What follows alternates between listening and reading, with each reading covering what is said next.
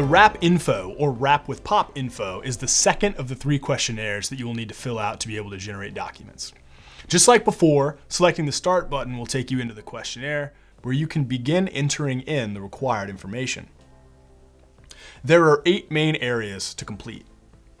At any point, if there is a piece of information that you do not know, you can still answer the questions that you do know, scroll down to the bottom of the page, select Save, and return to the wrap plan questionnaire at a later time to complete the questions.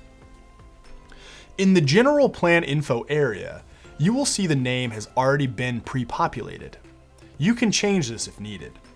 Next, select if this is a new plan or an amendment and restatement of an existing plan, and add the plan number. For plan dates, either type in or select the ERISA plan year from the calendar on the right side. This is one area where WrapTight handles complexity. A short plan year may be needed if you are making a plan year change from a previously established ERISA plan date. If you are unfamiliar with why a short plan year might be necessary, press the question mark on the right to learn more. Next, we will select the plan administrator. If this is not the employer, you can select the other box and enter in the information. For this example, we'll choose the employer radio button, as this is most common. Much like the plan administrator, if the employer is not the registered agent for service of legal process, you can select the other box. Since I know it's the employer, I will select the employer radio button. The next section allows us to input general eligibility information. This general section is simply designed to help save you time where several benefits have the same requirements. These answers can be reused when describing eligibility on a per benefit basis, where there may be commonality across multiple benefits. If you need to fine-tune eligibility, don't worry. Fill out the general section.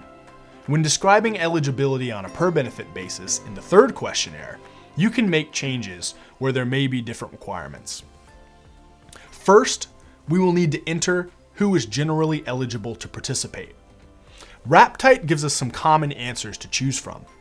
All full-time employees, salaried full-time employees.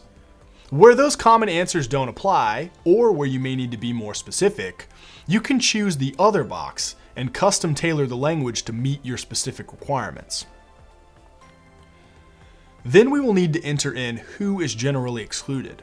Like before, you're given some common answers. And then the other box if those are not applicable. Next, we will need to enter in the general waiting period. This could be no waiting period, a number of days, months, or something more specific that you can input in the other text field. Same for the general effective date. Select the provided answer that meets your needs, or use the other box. If you have any special rehire provisions, you can incorporate them into the document here by selecting yes and inputting the provisions. Lastly, we will enter in the general termination date. If there are any union agreements, you can enter them here by selecting yes and adding the union information. If not, select no. Foreign language assistance will be offered if either A or B apply. Simply select yes and choose the language needed from the drop-down menu. In this section, additional language can be incorporated into the document if needed. Caution is advised when adding language, as it can alter the intent of the document. The first place language can be added is in the Intro of Forward Message section.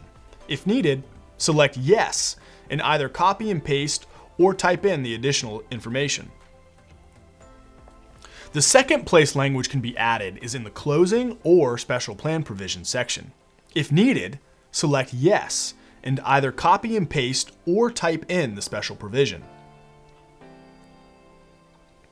If you had selected Wrap with Pop initially, you will have 5 additional questions to answer before you complete the second questionnaire. First, we'll need to select if this is a new POP or if we are amending and restating an existing POP plan. Next, add the effective date of the POP, as well as the original effective date.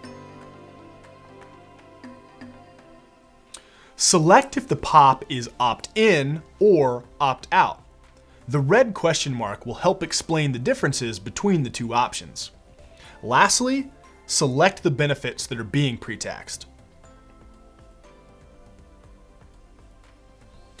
Since I've completed the questionnaires, I'll press Save, and we'll be taken back to the main questionnaire screen. If you answered all of the questions, you will see the info is complete. If you still have questions to answer, the system will display a red number under the status indicator and a fix button letting you know how many more questions you need to answer before the section is finished. WrapTight will also timestamp and date the last time an update was made to help you keep track.